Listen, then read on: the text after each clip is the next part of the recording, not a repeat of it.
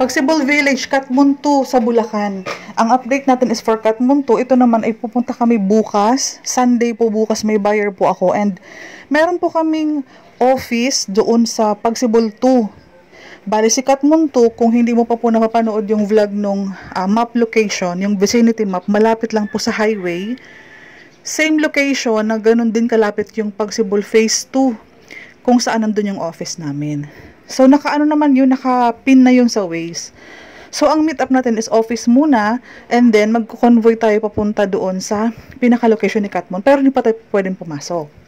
Si Katmon 2 is pareho na po ni Pagsibol Village South, yung phase 2 RFO ng NAIC, pareho ang deliverable.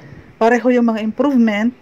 Ganito na din sila, sliding windows with eaves, may downspout, ganito na ganito. Pina-improve na din siya, same ni Pagsibol Village South Phase 2 at saka si Katmon 2, pareho po ang deliverable. 54 pa din po ang lot area.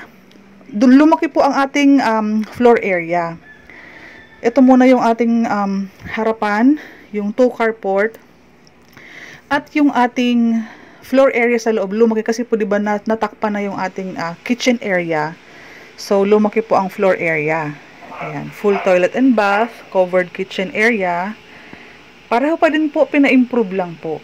Ayan po ang ating, ito na yung na-improve na-cover yung kitchen area. Kaya lumaki yung floor area. Kaya ang floor area is almost mga magkano na? Mga 46, o ganyan po. Pareho pa din po ang mga deliverable natin. Mas pina-improve lang siya. And si Katmon 2, malapit sa highway. So pagbaba mo ng jeep, community na ninyo po. Yan po si Katmon 2. RFO siya early next year na ang filing nito. So limited units po. Complete documents. Locally employed po muna para mabilis ma-process ang mga requirements. For OFW po kasi is baka hindi pa natin complete yung requirements is mag-filing na po sa Pag-ibig. Yun po ang iniiwasan natin. So, may mga units nang binibigay si developer na nagbibigay. So, ang inahingi natin for Katmon 2 buyer, Pagsibol Village, complete documents po. Locally employed, 30,000 ang basic salary plus food, allowance, benimis, meal, and rice allowance. Yan po.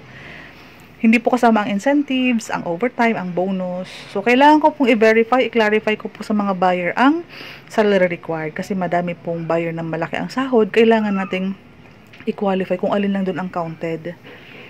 So, COE. Yung mga requirements, same na same pa din po. Location lang yung nagkaiba. So, Katmon 2 po ito.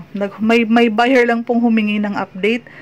Kasi gusto nyo din pong makita ang deliverable unit ni Katmon 2. Parehong-pareho din po ng mga vlog ko kay Pagsibol Village South. Location lang. Ang Katmon 2 is nasa Santa Maria, Bulacan. Near highway, ang Katmon 2, Pagsibol Village. Ongoing construction, RFO na po ang status niyan kasi for filing sa Pag-ibig early next year, mga January, February. So, RFO na po sila. So, itong mga open ngayon po is hindi na masyadong madami. Bali, limited slots na lang po si